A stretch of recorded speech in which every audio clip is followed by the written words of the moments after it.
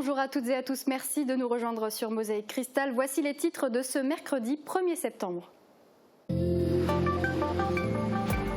Nicolas Pfeiffer s'est assuré une médaille en demi-finale de tennis fauteuil aux Jeux paralympiques de Tokyo. Il sera en finale ce vendredi contre un duo anglais. Depuis le 30 août, une obligation vaccinale est en vigueur pour les salariés des établissements où le pass sanitaire est exigé. Manifestation anti-pass sanitaire hier à Sarreguemines, le collectif des frontaliers de la Brème d'Or est à l'origine du rassemblement. 30 étudiants en Master 2 à l'INSPE de Sarreguemines ont fait leur rentrée hier. Nouvelle saison, nouvelle perspective pour la nageuse Aurélie Muller qui participait ce week-end à la boucle des Faïenciers. Le parc naturel des Vosges du Nord a invité le public à observer les chauves-souris à Bérenthal. Et pour m'accompagner aujourd'hui, Maurane Grandcola qui sera à mes côtés désormais chaque mercredi pour nous présenter sa chronique culturelle. Maurane, qu'est-ce que tu nous as préparé aujourd'hui ? Alors, je vous ai préparé les bons plans de sortie culture et juste après, je vous parlerai d'une petite expo tout en miroir. Eh bien, on retrouve ça tout à l'heure. Dans cette édition aussi, on vous présentera Louise Kaiser, une Sarralbigeoise candidate à l'élection Miss Lorraine 2021. Allez, fini les vacances pour les professeurs stagiaires. Lundi, ils sont retournés sur les bancs de l'INSPE afin de préparer leur rentrée devant les élèves. Cette fois-ci, Mosaïque Cristal est allé à leur rencontre. Reportage de Thomas Drouin. À l'INSPE de Sarreguemines, les nouveaux professeurs stagiaires ont repris le chemin de l'école. Ils sont 30 et se sont retrouvés lundi dans une ambiance bon enfant mais studieuse. Bon, nos étudiants, là, ils n'ont pas commencé, ils n'ont pas encore vu leurs élèves, donc ils sont tout feu, tout flamme. Voilà, il n'y a pas les premières déceptions, elles ne sont pas encore arrivées. Hein. Ils ont réussi un concours qui était difficile. Ils ont beaucoup travaillé pour avoir ce concours. Donc là, ils ne sont pas dans les déceptions, dans les remises en question. Et pourtant, certains ont déjà eu des moments de doute. Il faut dire qu'étudier en pleine période de Covid n'était pas chose aisée.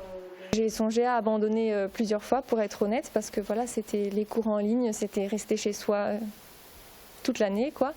Mais effectivement, c'est les stages qui m'ont poussée à continuer, parce que chaque jour, quand j'allais en stage, en revenant, je me disais mais c'est ça que je veux faire et donc je ne dois pas abandonner. Bien souvent, ceux ayant eu la chance de faire leur stage de M1 avant la pandémie ont eux aussi découvert les difficultés liées à celle-ci. L'année dernière, donc, j'ai pu avoir une expérience en tant que jeune en service civique dans une école et donc j'ai pu me rendre compte des difficultés qu'il existe au sein de ce métier avec les contextes liés à la crise sanitaire, mais pour l'avoir plus ou moins vécu, ça ne me fait pas si peur que ça. Ils ont désormais 1 an de formation devant eux, 50% devant leurs élèves et 50% ici à l'INSPE, avec un seul objectif, la titularisation. Et la gronde anti-pass sanitaire se fait entendre désormais jusqu'à Sarreguemines. Hier soir, plus d'une centaine de personnes s'est rassemblée sur le parking de l'hôtel de ville pour faire entendre leur colère. Marie-Morgane Pires était sur place. Ils ont manifesté à Forbach, ils ont manifesté à Saint-Avold. Ils se sont pour la première fois réunis à Sarreguemines. Des personnes contre la mise en place du pass sanitaire et contre la vaccination obligatoire pour certaines professions ont fait part de leur colère. C'est le collectif des frontaliers de la Brème d'Or qui s'est déjà fait entendre en mars dernier lors de la mise en place des tests pour les travailleurs frontaliers qui est à l'origine de ces rassemblements. C'était une manifestation statique sur le parking de l'hôtel de ville. Ceux qui le souhaitaient pouvaient prendre la parole pour partager leurs témoignages. Ils ont appelé la police pour me faire partir, quoi. Comme si Les organisateurs prévoient une nouvelle manifestation mardi prochain. Cette fois, ce sera une marche dans le centre-ville à partir de 18h30. Et depuis lundi, le pass sanitaire a franchi une nouvelle étape. Il est maintenant obligatoire au travail pour les salariés des établissements dans lesquels il est exigé. 1,8 million de personnes travaillant dans des restaurants, des bars, des cinémas ou encore des musées sont concernées. Nous sommes allés recueillir leurs avis sur cette nouvelle mesure. Comment s'est passée l'instauration du pass sanitaire auprès de vos salariés dans votre établissement ? Chez moi, aucun problème, vu que sans leur demander, ils sont tous vaccinés. Parce que la majeure partie des salariés sont vaccinés ou nous présentent le test PCR. Donc on n'a aucun problème là-dessus. Il n'y avait aucun problème, on a tous compris et c'était beaucoup mieux comme ça qu'après devoir refermer ou être embêté à cause de ça. Ça se passe très bien puisque c'est un point qu'on avait évoqué avec mes collègues depuis quelque temps.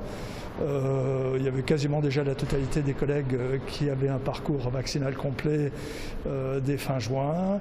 Il y a certains de mes salariés qui ont reçu la première dose il y a une dizaine de jours. Donc ils vont se retrouver dans une situation là, début septembre en définitive où le pass vaccinal est en route, ils attendent la deuxième dose et puis après les 7 jours qui permettent d'avoir un pass sanitaire complet. Qu'est-ce que vous en pensez personnellement de l'instauration du pass pour vos salariés dans votre établissement ? En soi, pour les salariés, je trouve ça normal parce que c'est un peu hypocrite de demander aux gens de l'avoir et de ne pas l'avoir nous-mêmes. C'est soit on le demande à tout le monde, soit on le demande à personne. Alors moi, je préfère comme ça, je me sens plus en sécurité. Comment est-ce que vous vivez le fait de contrôler vos salariés par rapport au pass sanitaire ? On va dire qu'on a autre chose à faire que de devoir contrôler, que ce soit les salariés ou les clients, de devoir faire les gendarmes. On n'avait pas tout ça avant, ça allait très bien et maintenant c'est tu as le pass sanitaire ou tu as le test PCR, sinon tu ne peux pas travailler. Donc ça mettrait en péril l'organisation, les plannings et l'organisation du travail. Et pour rappel, le pass sanitaire est obligatoire au moins jusqu'au 15 novembre. Le ministre de la Santé, Olivier Véran, n'a pas exclu une prolongation si la situation sanitaire le nécessite. D'ailleurs, si vous n'êtes pas encore vacciné et que vous souhaitez l'être rapidement, des sessions sans rendez-vous sont organisées au CHS de Sarreguemines et à l'hôpital Saint-Joseph de Bitche du lundi au vendredi de 9h à 16h. Depuis le 24 août, ont lieu les Jeux paralympiques de Tokyo et dans la discipline tennis fauteuil, donnez-moi le Sarregueminois Nicolas Pfeiffer. En simple mais surtout en double, il peut se targuer d'un parcours quasi sans faute. Regardez. Le tennisman sarregueminois vient de s'assurer au moins une médaille aux Jeux paralympiques de Tokyo. Reste à savoir si elle sera en or. Ce lundi, avec son fidèle coéquipier Stéphane Houdet, ils ont battu le duo néerlandais lors des demi-finales en double en 2-7, 6-2, 6-4. Une belle performance défensive pour ces deux sportifs qui se sont donc qualifiés pour la finale. En revanche, l'aventure en simple s'arrête en quart de finale pour Nicolas Pfeiffer. Ce mercredi, il s'incline en 2-7 contre l'anglais Hewitt. Un adversaire qu'il retrouvera sur le court pour la grande finale en double et qu'il affrontera aux côtés de Stéphane Houdet. En 2016 déjà, le binôme français repartait avec une médaille d'or pour les Jeux paralympiques de Rio. Idem cette année ? Réponse le vendredi 3 septembre avec une diffusion du match en direct sur le site de France Télévisions, mais aussi sur France 3 et France 4. Le rendez-vous est donc pris pour le 3 septembre pour soutenir le duo français. Les Jeux paralympiques, quant à eux, se finiront ce dimanche 5 septembre. Sport, toujours, la nageuse Aurélie Muller ne s'entraîne plus à Sarreguemines mais a gardé un contact étroit avec sa ville d'origine. La boucle des Faïenciers, course en eau libre dans la Sarre, a encore été l'occasion pour elle de lancer sa saison. Mosaïque Cristal l'y a rencontré. Regardez. La thématique de la rentrée s'applique aussi au monde sportif, y compris à ceux de haut niveau. La nageuse professionnelle Aurélie Muller s'est par exemple accordé un mois de vacances qu'elle a conclu ce week-end avec une participation à la boucle des Faïenciers. Je commence bien à Sarreguemines avec les gens avec qui je partage ma passion depuis un certain moment. Ça fait toujours plaisir d'être à Sarreguemines avec les gens qui me soutiennent. C'est sur la distance de 1250 mètres qu'elle s'est engagée et elle l'a remportée en 17 minutes et 22 secondes. Une petite reprise pour celle qui a raté la qualification au JO pour seulement 1 seconde et demie. Et s'il n'y a pas de JO cette année, Aurélie Muller ne manque pas pour autant d'objectifs. Le premier objectif, c'est de me qualifier aux championnats du monde, donc qui vont se dérouler au mois de mai à Fukuoka. Donc on attend les règles de qualif et qui vont forcément pas changer parce que ça fait des années que c'est comme ça. Donc une pré-qualification en bassin et puis une place en Coupe du Monde à réaliser avant les championnats du monde, quoi. Un championnat du monde qui lui a déjà porté chance. Elle l'a remporté en 2015 et 2017.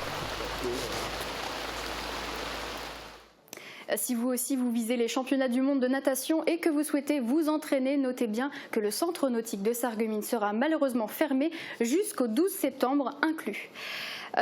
En période de rentrée, la circulation est parfois difficile. Sur la RD 662 dans le pays de Bitche, ce ne sont toutefois pas les bouchons de retour de vacances qui compliquent la vie des automobilistes, mais des travaux au niveau d'un pont, une situation qui risque de durer. Le point dans ce reportage. Une circulation compliquée sur la RD 662 entre Egalsart et Philipsbourg, et ce depuis le 5 juillet. La cause, les travaux effectués par le département au niveau du franchissement du Falkensteiner Bar. Le précédent pont menaçait de s'effondrer, un nouveau est donc construit. Des travaux lourds, mais la circulation ne pouvant être coupée sur cet axe majeur du Pays de Bitche, un pont provisoire a été installé. Celui-ci ne comprend qu'une seule voie, la circulation est donc alternée. Les 6000 automobilistes quotidiens vont devoir encore prendre leur mal en patience quelque temps. Le chantier devrait se terminer début novembre. On change de sujet. À la fin août, les chauves-souris sont en pleine activité. Elles font le plein de nourriture jusqu'à l'automne pour pouvoir hiberner dans de bonnes conditions. C'est le moment idéal pour les observer. Nous avons suivi Loïc Duchamp, spécialiste des chauves-souris, sur l'un des meilleurs spots d'observation de ces petits mammifères, l'étang de Bérenthal. Les chauves-souris n'ont pas très bonne réputation et c'est peut-être pour ça qu'elles sont en danger. Heureusement, aujourd'hui, elles sont protégées. Ce soir, Loïc Duchamp a invité le public à une sortie pédagogique à l'étang de Bérenthal pour découvrir cet animal si singulier. Bon, l'objectif, c'est de la sensibilisation du public pour leur faire découvrir le monde extraordinaire des chauves-souris. Et si possible, leur faire prendre conscience de l'importance de ces espèces dans les équilibres de notre planète. En attendant la nuit, les enfants ont eu l'occasion de se glisser dans la peau d'une chauve-souris en mode chasse. C'est une autre espèce, il y en a qui est mangé. Dans le parc des Vosges du Nord vivent une vingtaine d'espèces de chauves-souris et 34 sur le territoire français. Ce qu'on entend, c'est probablement une pipistrelle et ça vole un peu au-dessus de nos têtes en gros, donc il faut regarder à mi-hauteur. Et ici, avec un peu de chance, on en entend et voit 3. C'est déjà pas mal, surtout que c'est 3 qui ont un mode de vie un peu différent. Parfois 4 là quand on a beaucoup de chance, mais rarement plus. Pour observer les chauves-souris, il faut pouvoir les repérer. Loïc dispose d'un appareil permettant de capter les ultrasons émis par les chauves-souris. Malgré la température un peu fraîche, elles étaient au rendez-vous. Un grand moment pour tous les participants. Regardez là. On passe à la chronique culture avec Morane.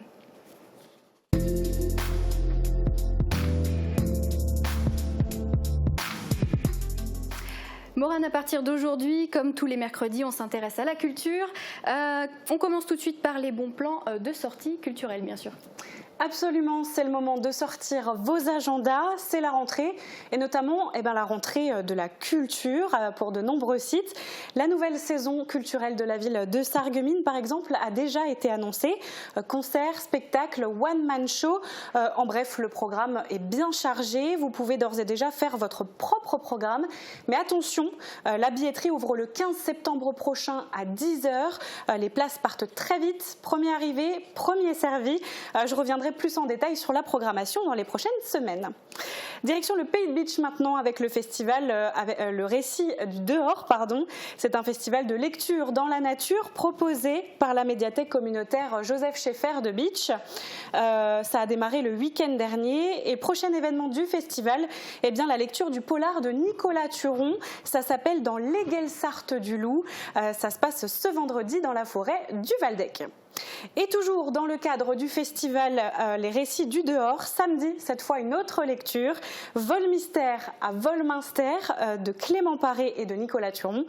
Cette fois, ça se passe au moulin d'Eschvillers. Alors profitez-en, c'est le moment de découvrir ou de redécouvrir le secteur en lecture, en littérature. C'est gratuit. Pensez toutefois à réserver auprès de la médiathèque communautaire du Pays de Bitche. Et on finit en musique. Comme vous le savez, le festival Euroclassique est de retour au Pays de Bitche. C'est la 30e édition cette année. Ce samedi, vous pourrez assister au concert de Cézanne à l'église Sainte-Catherine de Bitche. Le groupe présente son spectacle Nordisque aux notes rythmées, le tout sublimé par 8 chanteurs. Le tarif 15 €. Infos et réservations sur le site internet du festival Euroclassique ou auprès de l'Office de tourisme du Pays de Bitche. Merci Maureen pour ces idées de sortie, mais je suis un peu curieuse. Tout à l'heure, en début d'émission, tu me parlais de miroir. J'ai envie d'en savoir plus. Est-ce qu'il t'en reste une sortie ? Si tu insistes, Margot, absolument, il m'en reste une que j'affectionne tout particulièrement. Mais avant ça, j'ai une question pour toi. Est-ce que tu te souviens, quand on était petite, on allait à la fête foraine et il y avait des immenses labyrinthes avec des miroirs? Ah oui, je m'en souviens bien, oui, ces miroirs qui te font paraître un peu plus gros ou plus minces, ouais. C'était pas très flatteur. C'est ça. Je vais pas parler de ça, mais on n'est pas loin. Panoptique, ça vous dit peut-être rien, mais c'est une exposition qui s'est installée à la Halle Verrière de Meisenthal au début de l'été. C'est signé Michel François. Alors Michel François, c'est qui? C'est un artiste belge. Il a déjà collaboré avec le CIAV entre 2006 et 2021. Et en fait, cette exposition Panoptique, elle rassemble quelques-unes de ses œuvres made in Beacherland. Et qu'est-ce qu'elles ont de particulier, ces œuvres-là? Toutes ces œuvres, elles sont faites en matière réfléchissante. Alors, il y a du verre teinté, du miroir, de l'aluminium. Et ce choix, il n'est pas anodin. En fait, la première chose qui nous frappe, parce que j'ai vu l'exposition, la première chose qui nous frappe quand on rentre dans la Halle Verrière, c'est une immense tour de contrôle qui était autrefois utilisée par les contremaîtres. On la voit ici. Elle servait en fait à surveiller les ouvriers. Là, elle a été entièrement recouverte de miroirs. Et le miroir, Margot, ça renvoie quoi? Je dirais notre reflet. Absolument. Ça renvoie à la notion de soi, à l'image de soi, presque au mythe de Narcisse. Mais bon, là, je ne vais pas rentrer dans les détails. Et c'est donc en fait une exposition qui impose aux visiteurs de se remettre constamment en question. Est-ce qu'on pourrait dire que c'est une exposition engagée? Alors oui et non. Moi, je trouve qu'elle est engagée, mais bon, c'est mon regard personnel. Mais l'artiste ne se définit pas comme engagé. Pourtant, certaines œuvres, elles le sont, comme l'œuvre After Party qu'on voit ici. Alors, ça représente des ballons de baudruche dégonflés. Alors, les ballons, déjà de base, ça renvoie à la fête, à la célébration. Là, le fait qu'ils soient dégonflés, en fait, ça renvoie à la notion de fin, de c'est terminé, une notion d'après. Ça veut dire, c'est un peu l'allégorie de la fête est finie. Et en fait, c'est la société consumériste de 2006, parce qu'il faut savoir que donc l'artiste a fait des œuvres en 2006 jusqu'en 2021. Et donc cette société ultra consumériste de l'époque qui se mettait l'urgence climatique derrière l'oreille se prend en 2021 le rapport du GIEC en pleine face. Donc voilà, en fait, il y a plusieurs grilles de lecture, mais je ne vais pas en dire plus. Je vous laisse vraiment découvrir ça par vous-même. C'est une chouette expo, j'ai bien aimé. N'hésitez pas aussi à solliciter les responsables de l'exposition. Ils sont là pour ça, pour vous donner plus d'explications. Voilà. Ça donne envie, en tout cas. On peut la voir où, quand et comment, cette expo? Alors, je le rappelle, c'est l'exposition Panoptique de Michel François. Elle est visible à la Halle Verrière de Meisenthal jusqu'au 19 septembre prochain, de 14h à 18h, horaire d'ouverture. Le tarif, 4 €. Profitez-en. C'est noté. Merci beaucoup, Maureen. Et on te retrouve donc la semaine prochaine, même jour, même heure. De notre côté, on retrouve notre programme dans un instant, juste après la pub. La météo vous est présentée par le Crédit Mutuel. Une banque qui appartient à ses clients, ça change tout.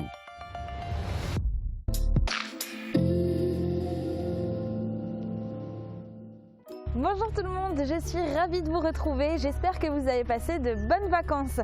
Et oui, c'est déjà la rentrée. Mais d'ailleurs, qui a décidé que la rentrée était en septembre ? Si on fait un bond en arrière, au début du 19e siècle, les dates des grandes vacances étaient fixées par chaque établissement entre le 15 août et le 1er septembre en fonction des traditions agricoles. Ce n'est qu'en 1891 que le calendrier est uniformisé du 1er août au 1er octobre. Puis en 1912, les vacances sont avancées au 14 juillet pour les enseignements primaires et secondaires.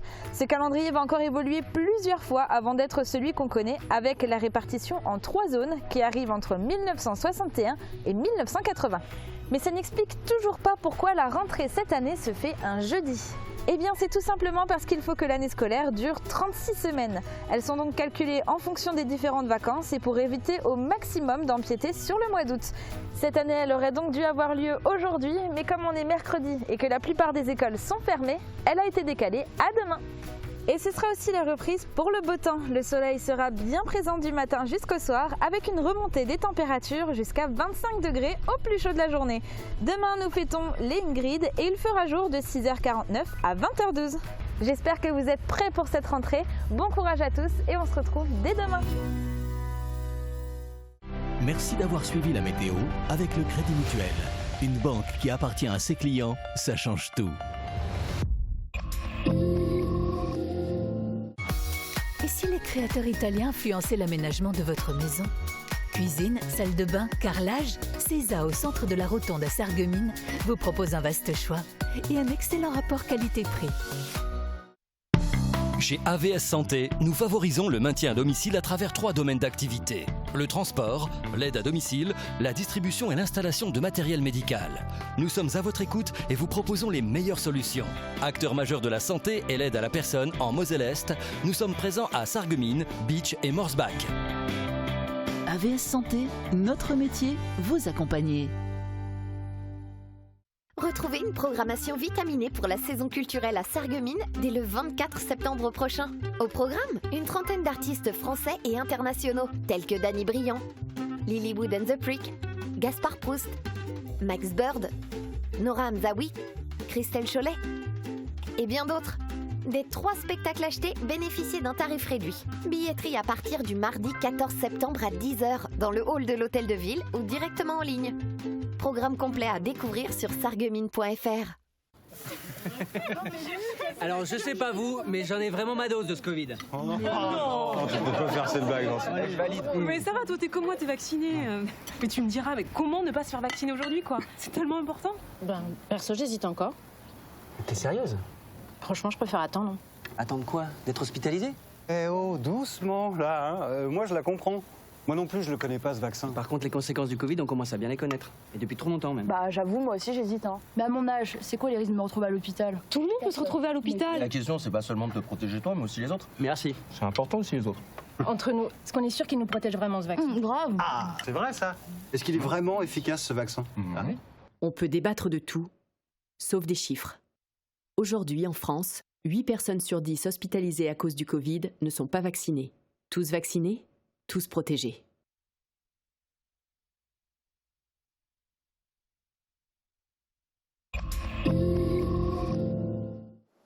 L'élection de Miss Lorraine approche. Elle aura lieu le 9 octobre prochain. Parmi les 14 candidates, il y a une habitante de Sarralbe, Louise Kaiser. Qui est-elle? Quelles sont ses ambitions? Eh bien, Marie-Morgane Pires l'a rencontrée.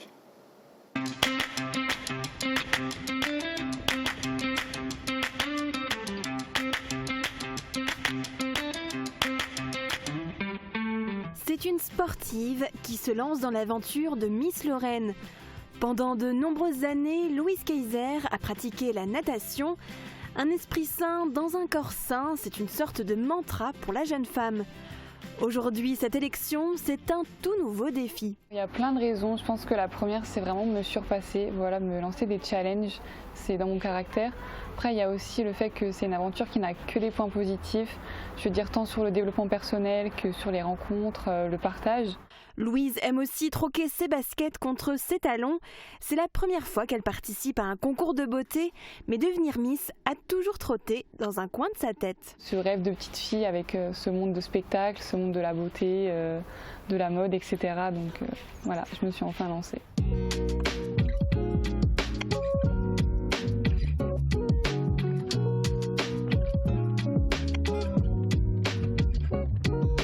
Louise habite Sarralbe et suit ses études à Nancy, où elle va entrer en 3e année de médecine. Un challenge qui s'ajoute à ses lourdes révisions. En attendant de retourner sur les bancs de l'école, elle se prépare pour l'élection. Là, j'essaie vraiment de profiter de mes vacances, d'un peu lâcher prise. Et par contre, c'est que du réjouissement que je ressens. Vraiment, je suis quelqu'un de très peu stressé dans la vie de tous les jours. Et là, voilà, je ne me mets pas du tout la pression. Je me dis que c'est qu'une aventure qui peut être que belle en fait.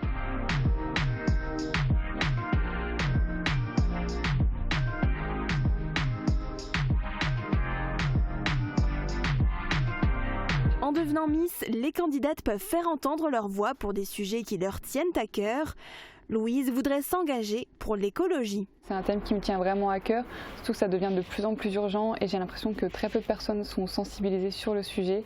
Donc si je pouvais prendre la parole sur ce sujet, ce serait vraiment important pour moi. Louise Kaiser est la candidate numéro 8. Elle espère succéder à Diane Febvre et devenir Miss Lorraine 2021 le 9 octobre à Charmes dans les Vosges. Elle représenterait alors la région lors de l'élection Miss France 2022 le 11 décembre prochain.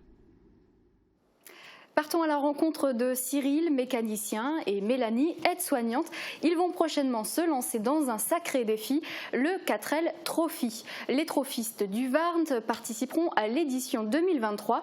Reste encore à rénover entièrement une voiture et à trouver des sponsors. Le temps n'est pas de trop pour les deux frères et sœurs originaires de Creutzwald. Émilie Capodici les a rencontrés. C'est une Renault 4L d'époque que Cyril et Mélanie ont achetée il y a quelques semaines. En témoignent ses logos, vestiges du 4L Trophy auquel elle a déjà participé il y a plusieurs années. En 2023, ce sera au tour des deux frères et sœurs creutzwaldois de se lancer pour 6000 km à travers l'Europe et le désert marocain. Je pensais faire un raid ou quelque chose en rapport avec la compétition automobile.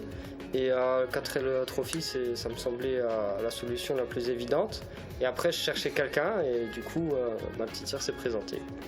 Moi, c'était beaucoup plus pour le côté humanitaire du 4L Trophy qui m'a touchée. Et puis, je me suis dit, allez, lançons-nous dans l'aventure. Alors, on part d'ici, de Moselle, de chez nous.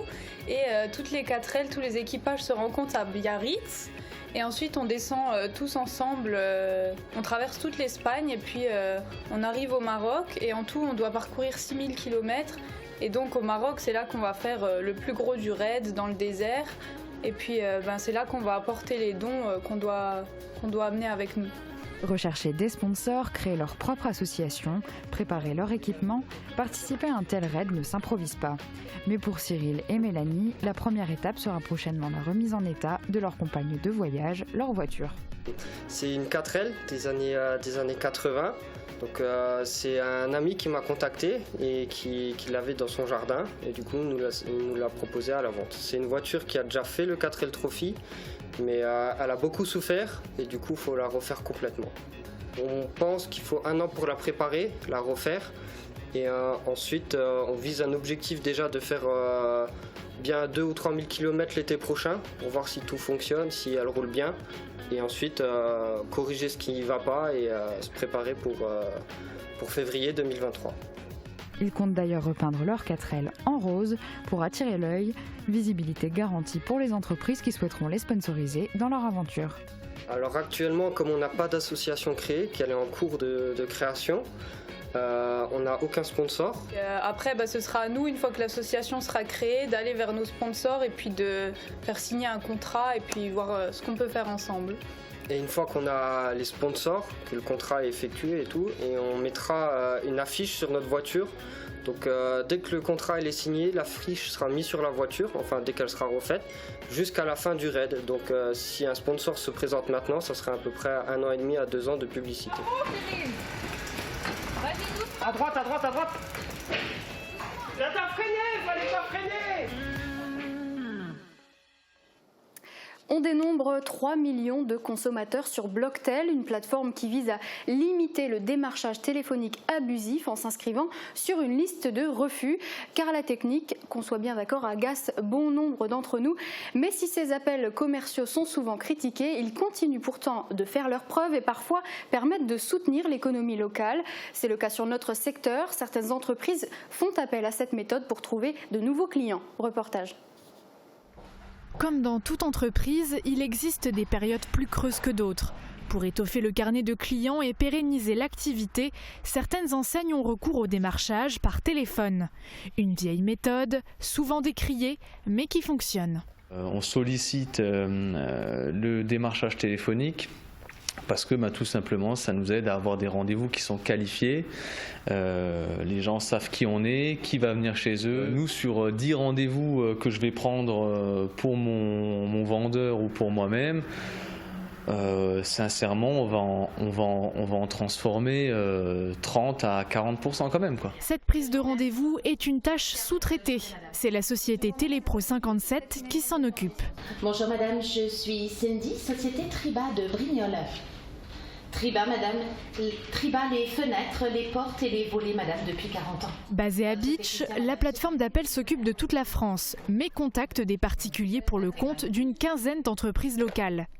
L'objectif, se démarquer des plateformes délocalisées et soutenir les entreprises françaises. J'ai refusé de délocaliser simplement parce que je veux maintenir un niveau de qualité. On fait des missions spécifiques pour chaque client et on adapte chaque scénario à chaque client. Le démarchage téléphonique est donc encore utilisé, si bien que la société veut recruter une vingtaine de personnes pour les plateformes d'Alsace et de Moselle. Mais paradoxalement, le secteur souffre d'une mauvaise image auprès des consommateurs. D'autant plus ces dernières années avec l'opération Isolation à 1 € qui a saturé le réseau.